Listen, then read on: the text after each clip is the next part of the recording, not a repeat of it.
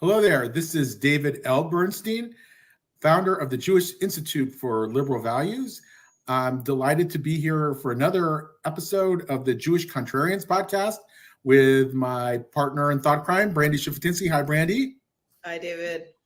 And a very special guest, David E. Bernstein, somebody who I've known from actually at least 2 decades, probably longer.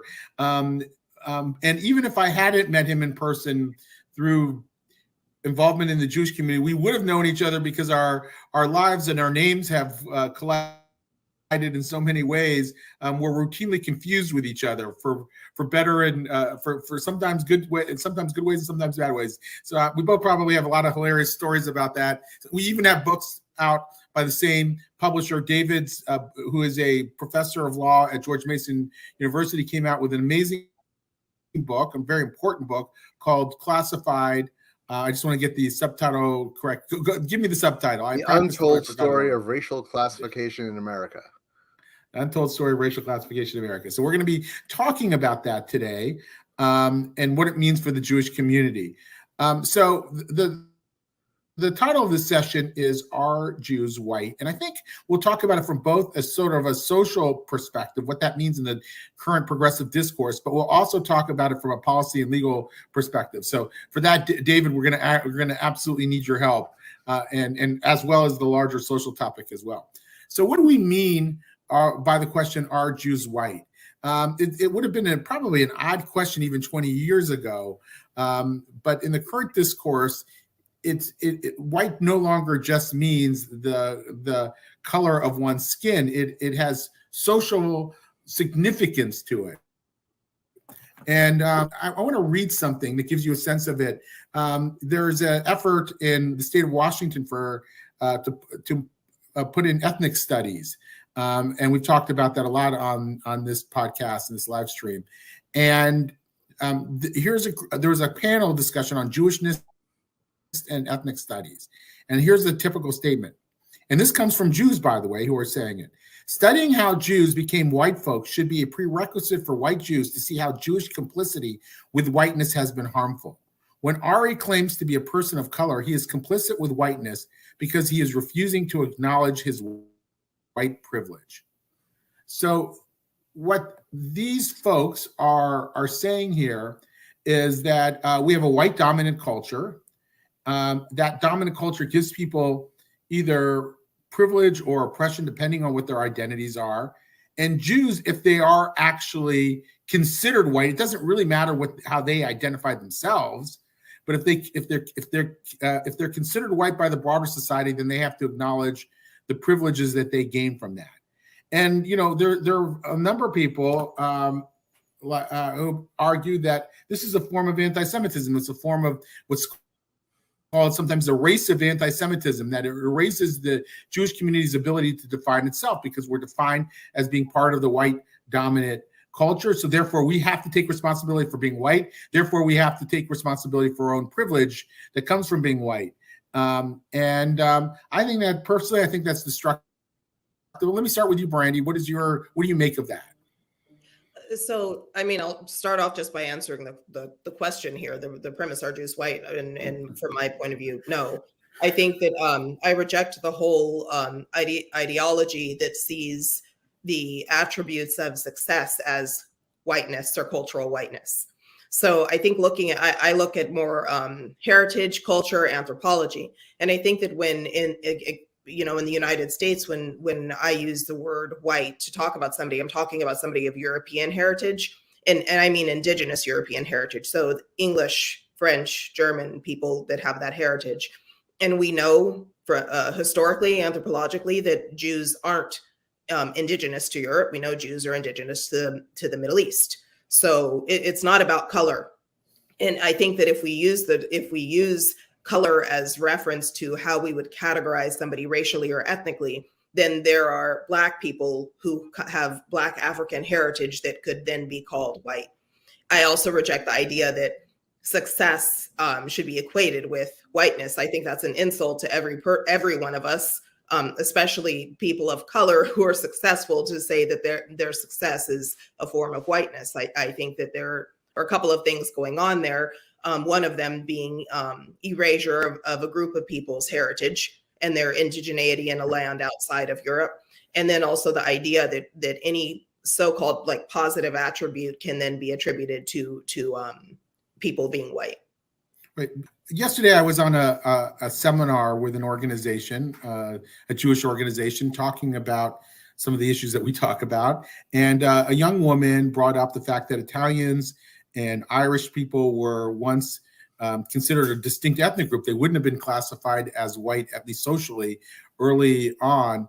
And since then, they've now been absorbed into the larger mainstream culture, are now considered white. They're indistinguishable from whiteness.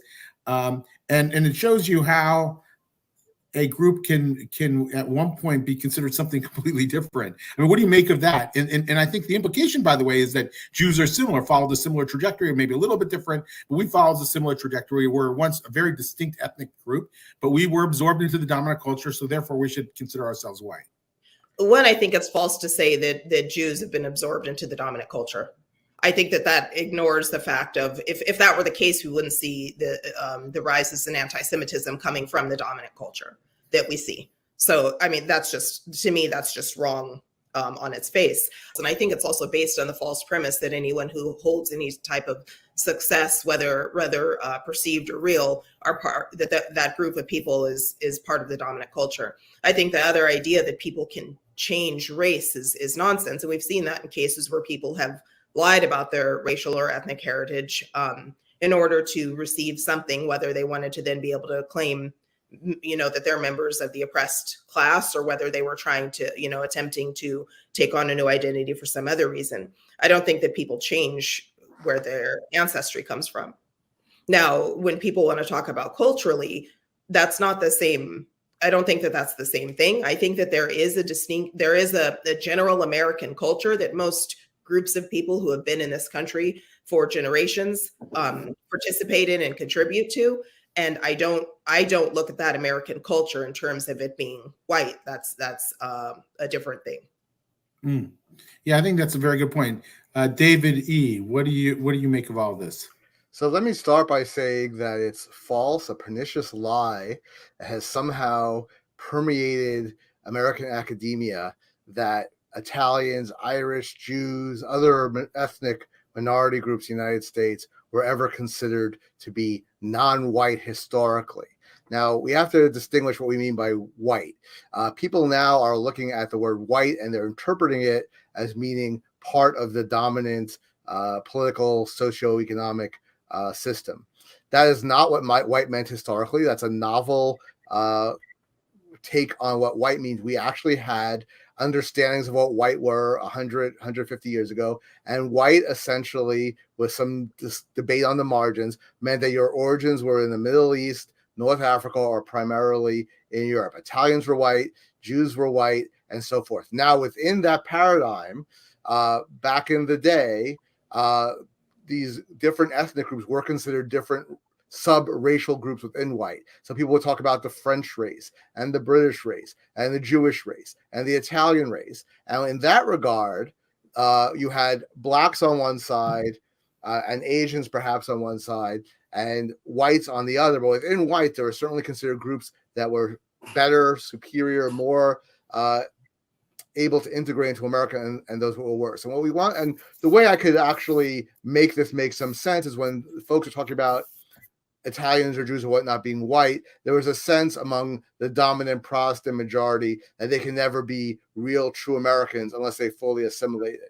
And now we're going back 100 years or more to people reviving this notion that you're either black or you're or white, and white means you're part of the superior group. But actually, it was American Jewish organizations who fought against the racialization of Jews, who said, there's such a thing as ethnic groups. You could be white and not be Protestant, Northern European, and still be fully American, still keep some of your traditions, and be considered part of the regular community. So in that sense, this whole notion that Italians and so forth were not white is just wrong. If you were Italian or Jewish or whatever, you could join all white organizations. You could marry other white people in states that banned interracial marriage.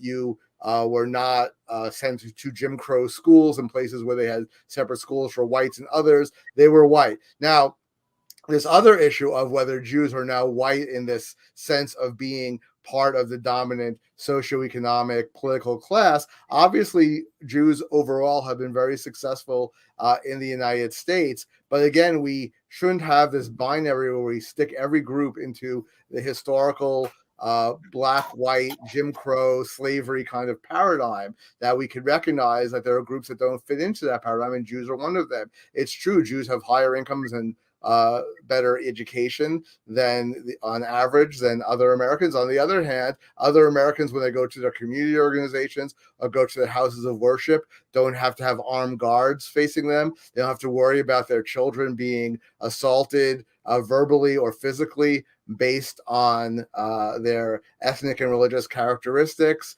They don't face exterminationist rhetoric from left, right, and also from portions of the Arab and Muslim immigrant community. So Jews, there's this paradigm also that if you're successful at all, it must be because you've now become part of the dominant group. And that's also just false historically. I think if you read Thomas Sowell's work, you will see that minority groups who often face severe oppression by the majority sometimes wind up being more economically successful, whether that be overseas Chinese in Asia, Lebanese immigrants to Africa who wound up all being expelled when the African countries achieved independence, or Jews in Europe, that there's not a one-to-one correlation between, well, you're doing well economically, so you must be the dominant political group as well.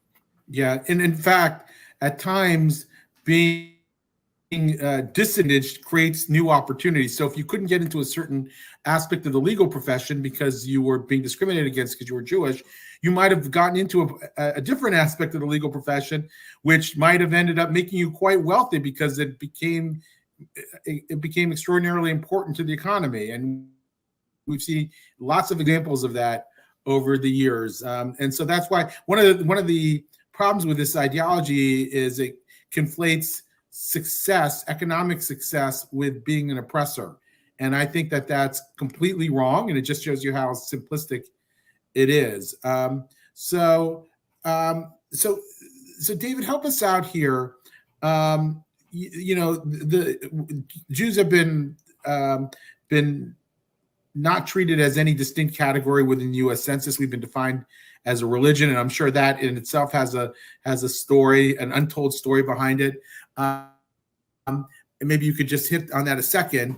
But also there's a new category that's under consideration called the Middle East and North African category in the US Census, where people can be designated that way. It seems that there's obviously Jews from the Arab world could use that, but there's an argument, as Brandy said, that that's the origin of the Jewish people are Middle East and North Africa. So should Jews start to use that category? Give us the lay of the land there. My own view is that for the Jewish community, this classification is a looming disaster. And I'll tell you why. I mean, you're right. Jews have never wanted to be classified separately because our experience with being classified separately in Europe and elsewhere was not a happy one. And we know how that turned out a day after Yom HaShoah. So Jews said, don't. It could have been, there were occasions when Jews fought very strongly, like with the immigration authorities of trying to classify Jews as a separate group. But as far as this new Middle East and North African classification, it really has its origins in the 1980s when Arab American political groups, not really the grassroots, most grassroots Arab Americans considered themselves white and they were in the white classification. It wasn't an issue, but Arab American groups felt that they weren't getting the same kind of political clout and same kind of statistics gathered about them and so forth as other minority groups. They were especially jealous of the power that as they perceived it, that Jewish organizations had achieved. And they thought that getting a new classification would be helpful in that regard. But there just aren't that many Arab Americans. There are about three, I think, optimistically from demographically, you could say 3.5 Arab Americans now, probably less than that. There were even fewer back in the 80s. So they realized they're not going to get anywhere by saying we should separately classify 1 or 2 million people. None of the other groups are that small. So they came up with this idea of Middle Eastern and North African, which they also got buy-in from Iranian American groups as well. And they've been trying ever since, again, without that much grassroots support, to make this into a new minority classification. The Obama administration endorsed it. The Trump administration killed it. The Biden administration brought it back. And why do I say it's a looming disaster? It's a looming disaster for two major reasons. One is that the real impetus for this now is coming from left-wing Muslim Arab activists like the Linda Sarsours of the world, who want to be seen as people of color so that they could be exempt from certain levels of criticism.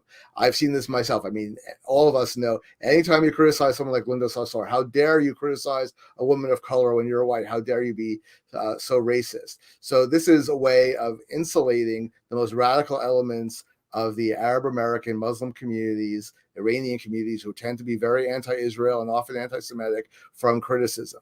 But I think it goes well beyond that. The other problem is that, as you suggested, a lot of American Jews can potentially claim this classification. First of all, the classification explicitly includes Israelis.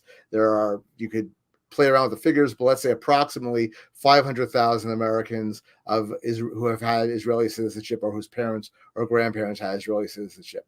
So they could all claim this category. There are 300,000 or so Jews from places like Iraq, Syria, Egypt, including my wife and therefore my children. And I know your family also on your mother's side, who come easily within the classification. But then there are all the Ashkenazi Jews who, like you said, we know from DNA evidence have a lot of Middle Eastern DNA origins. Our religion is Middle Eastern. We pray towards Jerusalem. We follow the Middle Eastern harvest festivals and so on. And particularly because there's this vogue of Jews saying, we're not white, we're something else. You have a binary choice on these forms. You'll either say you're white or you're Middle Eastern, or maybe both. But back when the Obama administration was considering this, the Census Bureau surveyed American Jewish and Israeli groups. They said, we don't want to be called MENA. We want to be, because we think of our ethnicity as Jewish, not MENA. But that's not the choice. You don't have a choice. There's no Jewish choice in the form. So if you had to choose between categories, it's white or MENA. And a lot of Jews, I think I would choose MENA. I feel like my ancestors were never accepted as Europeans. They didn't consider themselves Polish or Lithuanian. They were expelled. I visit Israel all the time. I speak Hebrew. I have a lot of family in Israel. I feel like in that sense more Middle Eastern. Why is this a looming disaster? It's a looming disaster because the Arab American groups and the Iranian American groups who want this for political clout and potentially affirmative action for their own group. When it turns out that a third or half of the people who are checking the box actually are Jews, there's going to be a tremendous amount of intercommunal tension that is completely avoidable. And there's no way that the government's going to explicitly say, but you can check this if you're Jewish. So we're going to have this massive throwdown, I think, if the category ever comes into place, when they start doing the data and they find, hey, we have maybe 3 million Arab Americans are checking this box, but so are 1 million plus Ashkenazi Jews, Israelis, and Mizrahi.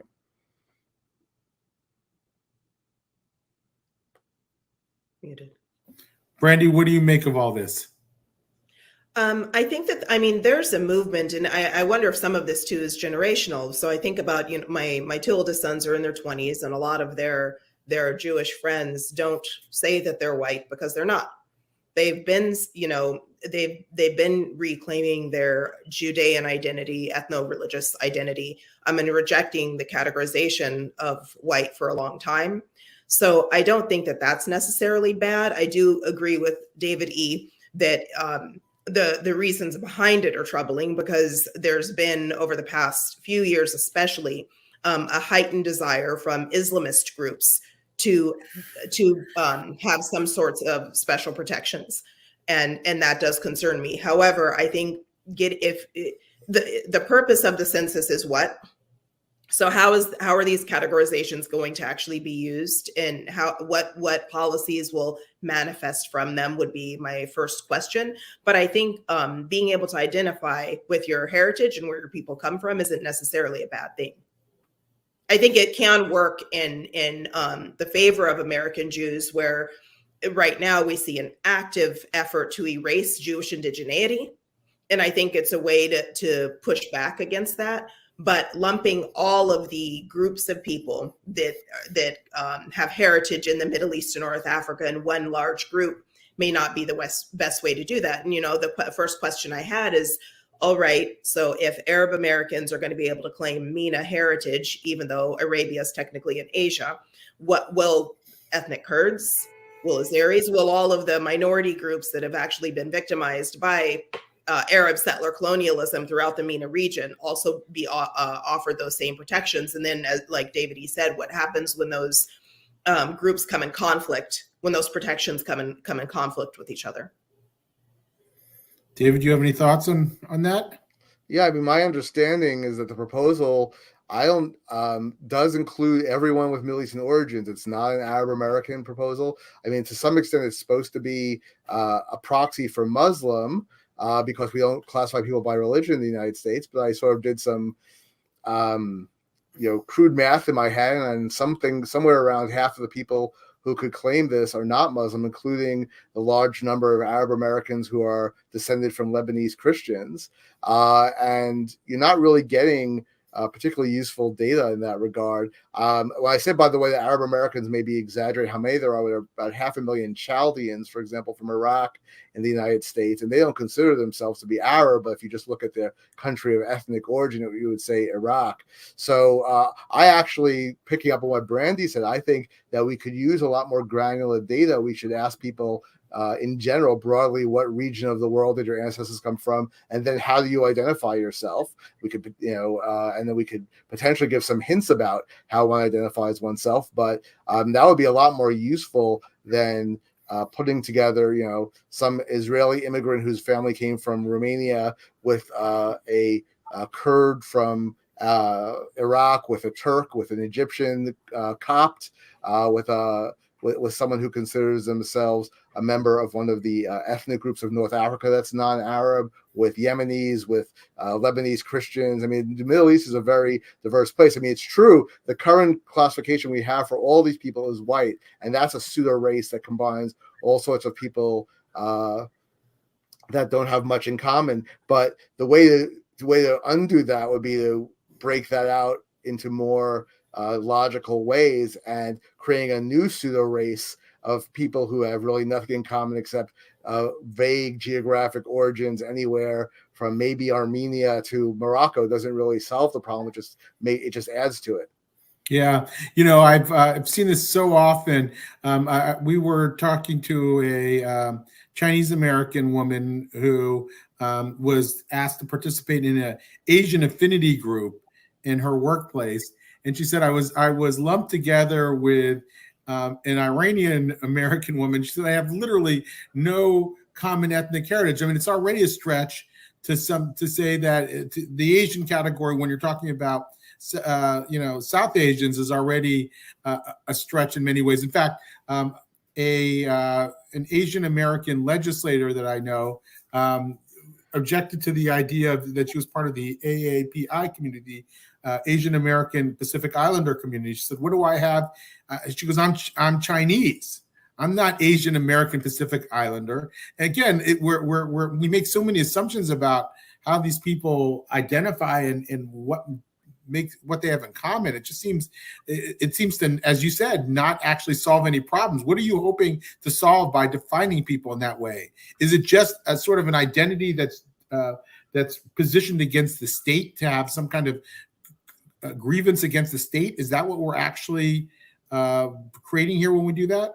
Well, look, let me go back to my book, Classified, a little bit. So these classifications arose in the 1970s. And we have to recognize that in the 1970s, the United States was primarily a black-white country. Over 80% of the population was non-Hispanic white. Over 10% was African-American or black. There was a 5% so who were Hispanic, who were generally considered to be white, which is why they're an ethnic category, not a racial category, ultimately. And then we had less than 1% who were Asian American, less than 1% who were Native American. And at the time, interracial marriage was frowned upon still and relatively rare. And we were not expecting for this massive wave of immigration from Asia, Latin America, Africa, all over the world. So back in the 70s, people said, well, you're either black or white, maybe you're ethnically Hispanic. But yeah, and we pretty much know who's black, who's white. In America, if you look like you're African, or you're black. If not, you're white.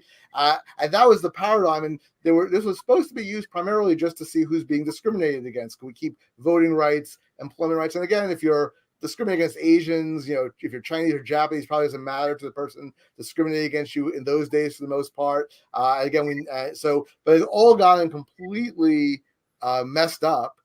It was problematic even at the time, and people pointed out some of the problems at the time, but it's gotten really messed up by the fact that between interracial marriages and massive immigration, the original classifications, well, we know who's white, who's black, and nothing else really matters, was again dubious even then, but really doesn't make sense now. And you mentioned Asian Americans, despite the fact that the Asian American classification is so prevalent in our elite discourse. If you're a university or a corporation, everyone talks about Asian Americans. Only about 38% of people who we call Asian American accept that designation according to social science surveys at all. Not just, oh, I'm Chinese American, but also call me Asian American. I'm Chinese American or just American, and don't call me Asian American. So let me ask the question, one that I recently was asked on a panel, well, what would I do if someone said, well, you are white or whatever? I think my answer to that is I just reject the framing. Is that, that race is a social construct. There are certain ethnicity that can be completely authentic. Culture can be completely authentic. But I don't see myself as being part of some white culture or white ethnic construct. And I just reject the framing. I'm not, and I don't think it's useful. Brandy, what do you think of that? I disagree. I think it can be useful, and especially for American Jews, simply because right now what happens is the FBI does keep statistics on anti-Semitism, and they always say that that Jewish people are the most victimized religious group, and to me that reinforces the idea that Jews are simply a religious group, and I think that it erases the ethno-religious aspect of Jewish identity, which, as I've seen that play out, doesn't lead to anywhere good. And so, I mean, my hope would be that the American Jewish community would consider actually putting forth an idea that if we're going to keep categorizing people according to race or color or heritage or whatever the framing is that things like the United States Census and colleges and universities use and equal rights protections, then to advocate for a Jewish category. David, I'm gonna have you respond to Brandy on that, but I want to know, I know you've advocated for separating race and state, but in some ways, isn't race still in a way germane to groups like the FBI who are tracking, let's say, anti-Black hate crimes? I mean, so you wouldn't want, I would think, a complete separation where you're no longer able to look at that from the standpoint of, let's say, a government law enforcement agency that has to actually look at hate crimes and understand what's happening. That obviously gets Jews off the hook if you're there. But what is your take on all that? Yeah, I mean, I think while I call for sort of maybe a movement towards separation of race and state, for exactly the reason you suggested, that I don't call for a complete separation.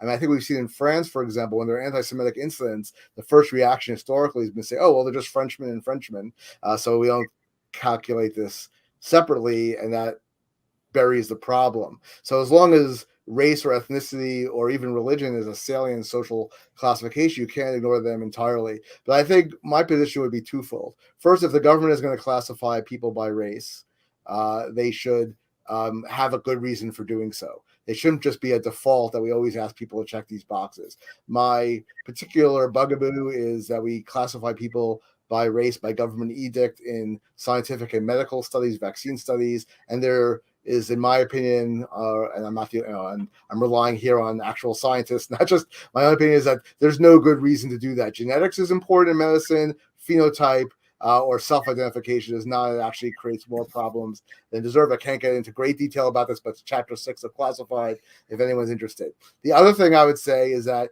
if the government is going to classify by race, or anyone's going to classify by race, it's another thing. It doesn't always have to be the government. Private entities could have their own reasons for wanting to classify people, especially researchers. But you should figure out what you are aiming at. What is the goal of what you're doing? The FBI is a good example, which unfortunately I thought of later and didn't make it into my book. But the FBI doesn't just take those 5 common classifications, Black, white, AAPI, Native American, Asian, Hispanic, and just run with those. It says, wait a second, hate crimes are much more complicated. That we should look at hate crimes against gays, and hate crimes against Catholics, and hate crimes against Jews, and hate crimes based on age, or whatever else. They have a whole list. It's like 26 or something different criteria. Similarly, when it comes to, there's a big controversy now over affirmative action in higher education. If diversity is the real goal, which it purportedly is, why are you limiting yourself to the big 5 as classifications? Why would you say that having the first Hmong Cambodian who grew up in Minnesota at University of Texas is less diverse, is subtracting to diversity, while having the 1,000th Mexican American is adding to diversity because we have enough Asians but not enough Hispanics? When Right. again, the Hmong individual will think, what do I have to do with how many people you have from India at your schools? Like, so again, so I think that's my 2 things. We should discourage classification by race, and we should when we do classify, we should do it in a way that we're trying to get what we aim at. I should add one last thing. You don't think of yourself as white. I don't think of myself as white. There are people on the left, the people on the what you call the critical social justice left, who argue that we should encourage white racial consciousness. They want you to think of yourself as white, or anyone of European background should think of themselves as white. Why? Because then we will recognize our privilege. And once we recognize our privilege, we will become anti-racist activists. This strikes me as contrary to all the social science evidence that shows that the more someone thinks of themselves as white and as being part of white culture or white society, the more racist they're likely to be. And it also strikes me as contrary to human experience and human psychology, that if you tell me I'm part of one group, that the odds are in the long term that if I think of myself as part of the white group, I'm going to use that identity to help non-white people, as opposed to trying to pursue my own group's interests. Strikes me as beyond wildly optimistic into fanciful. Yeah, and you see this really play out in society and politics and the like. If you're telling a poor white person in a manufacturing town with rampant opioid addiction and the like that they have privilege from being white, it's not going to make them be allies in a struggle for racial justice. It's going to reinforce their own identity politics and actually probably fuel that identity politics among whites and white identitarianism and the like. And I think that should be regarded as scary. I mean, if there's one critique I have of this ideology, that I think is the most dangerous potentially, it's actually what it does to politics on the right, and how it distorts the way Americans on the right see themselves and see other. Brandy, do you have any thoughts on that? Final thoughts? I mean, just one thing, and I think this could probably be its own conversation, but the idea that certain words have now become slurs, like privilege. So why would it be a negative thing for any individual or community to hold privilege? And really, it's because ideology holds that those with privilege only gained it through oppressing others. And that's a faulty foundation for an ideology that unfortunately is spreading rapidly. And I mean, that's why you'll hear from people who abide by this ideology, the first thing they want people to do is recognize your privilege. Like you're supposed to self-flagellate for having privilege because you must have gained it in some ill-gotten way. Right. That's right. Or people like you, the society has doled it to you in a way that's illegitimate. Right. Well, this has been a fascinating discussion. I think we could probably go in any number of directions on this, but David E., it was really good to continue the conversation with you, and you're really important work in this area through your book. And it's made a lot of us think more deeply about these issues and the complexity of how we think about diversity in America. So thank you for bringing that to the discussion, and thank you all. Shabbat Shalom. Shabbat Shalom. Thanks. Shabbat Shalom.